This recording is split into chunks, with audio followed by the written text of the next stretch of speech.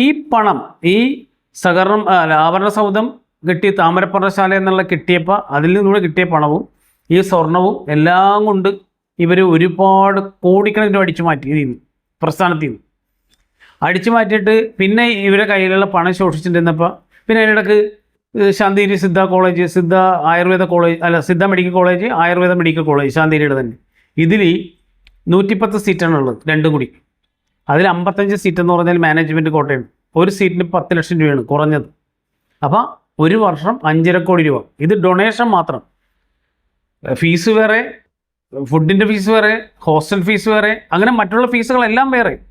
ഞാൻ പറഞ്ഞത് അക്കൗണ്ടബിൾ അല്ലാതെ ഡൊണേഷനായിട്ട് കിട്ടുന്ന ഈ പൈസ മാത്രമാണ് ഞാൻ പറഞ്ഞത് 5.5 കോടി രൂപ. ഒരിടത്തും കണക്കില്ല. അതെല്ലാം അടിച്ചു മാറ്റുന്ന ആളാണ് ഇദ്ദേഹം.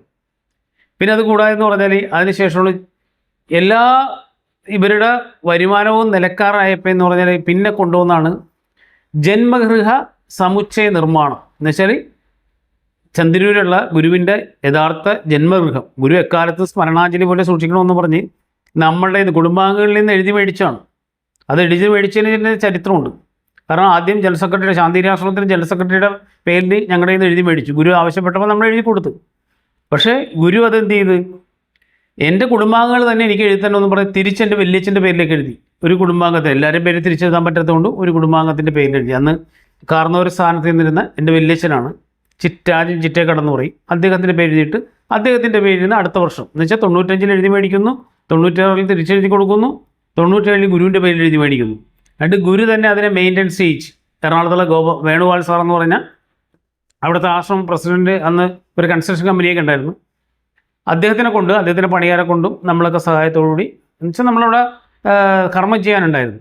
അപ്പോൾ അങ്ങനെ അതൊക്കെ പുനർനിർമ്മിച്ച് അത് എക്കാലത്ത് സ്മരണാഞ്ജലി പോലെ സൂക്ഷിക്കണമെന്ന് പറഞ്ഞിട്ട് അതിനെ പർണശാലയെ എങ്ങനെ നശിപ്പിച്ചോ അതുപോലെ ഇതും സ്മരണകളില്ലാതാക്കുക ഗുരുവിൻ്റെ. അതിനുവേണ്ടി ഇവർ അത് പൊളിക്കാൻ പോയപ്പോൾ ഒരുപാട് വിശ്വാസികളുടെ സഹായത്തോടെ എൻ്റെ അച്ഛൻ അതിനെ കേസ് ഫയൽ ചെയ്തു. ആ കേസും പുറത്ത് ഇന്നും ആ 2019 കൊടുത്താണ് അവർ പൊളിക്കാൻ പോയതാണ്. അത് പൊളിപ്പിക്കാതെ ഇന്നും അത് സ്മരണാഞ്ജലി പോലെ നിലനിൽക്കുന്നു.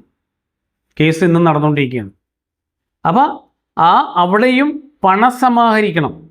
പക്ഷേ ഇപ്പോൾ ഇത് നടക്കാത്തതുകൊണ്ട് അവരിപ്പോൾ വ്യാപകമായിട്ട് പ്രചരിപ്പിക്കുന്നതെന്ന് പറഞ്ഞാൽ ഓരോ വസ്തുക്കളും അവിടെ കിട്ടാനുണ്ട്, ആ കിട്ടാനുള്ള വസ്തുക്കൾ മേടിക്കണം എന്നും പറഞ്ഞ് പരമ്പരയിൽ നിന്ന് അതിൻ്റെ പേര് പിരിവടക്കിയിരുന്നു. മനസ്സിലായ?